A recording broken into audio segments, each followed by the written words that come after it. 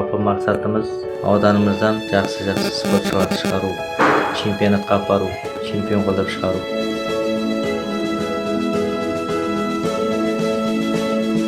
Ауырғаннан бері мен өз ойымды нақты жеткізе алмаймын.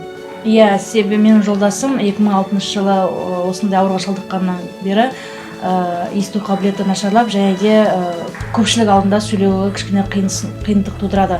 Сол себепті біз осы кәсіпті жолдасымыз екеуміз бастадық, және де осындай жоба қорғайтын уақытта осы жолдасым қасында жүремін. Біз 2007 жылы Атырау облысы мүгедектер спорт клубының жанынан Махамбетте әдіскер тоғызқұмалақтан әдіскер жұмысқа орналасты. Бірақ дейтұрғанмен тоғызқұмалақтан әдіскер жұмысқа орналасқанымен бұл кісі мүмкіншілікті жандардың тоғызқұмалақтан басқа спортқа талпынысы, ынтасы бар екенін ұғына келіп, бұл спортқа үстел теннисі, дойбы, шахматты қосып, сол салада спортшы дайындай бастайды. Осы біздер спорт клуб ашқаннан бері біз жақсы жетістіктерге жете бастадық. Атап айтатын болса, ең алғашқы жыл 2007 жылы өзім жолдасым осы ауданнан спортты бастағаннан кейін 2008 жылы бізде осы Махамбет ауданының тұрғыны Балмана Имарайтын қызымыз үстел теннисінен мастер спорты атағын алды. Жалпы жолдасымның өзі үстел теннисінен спортшы үміткер. Ол кісі 2012 жылы Павлодар қаласында өткен чемпионатты алған болатын.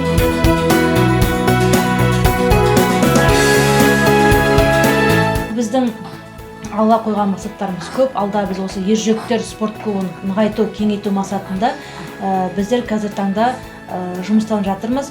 Алда уақытта біз бір жобамыз бар, қорғайында отқан үміт оңалту жаттығу орталығын ашу. Бұл ерекше балдардың және ерекше адамдардың ұсынысы бойынша бұл жерде көбіне жаңағыдай тренажерный зал болады, және де массаж, ФК, сондай маман кабинеттер болады. Және де біз осы спорт клубта екі мүмкіншілікті жанды жұмыспен қамтып отырмыз.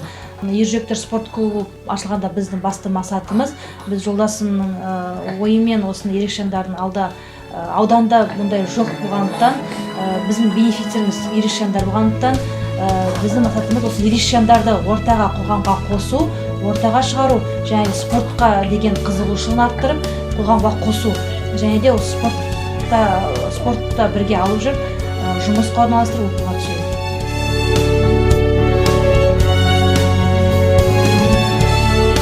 Самұрық-Қазына транс әрекет бағдарламасына қатысып, жобасына қатысып, сол жерден 500 мың теңге қайтарымсыз грант алып, ары қарай жетіспеген жабдықтарымызды алып, ары қарай жетістіріп жасап жатқан жайымыз бар қазіргі таңда.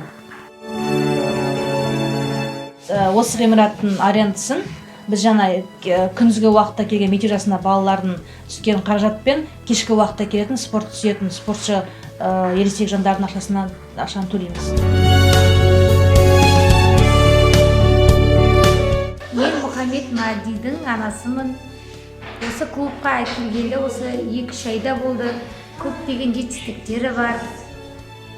Уақытын тиімді пайдаланған жөн көремін.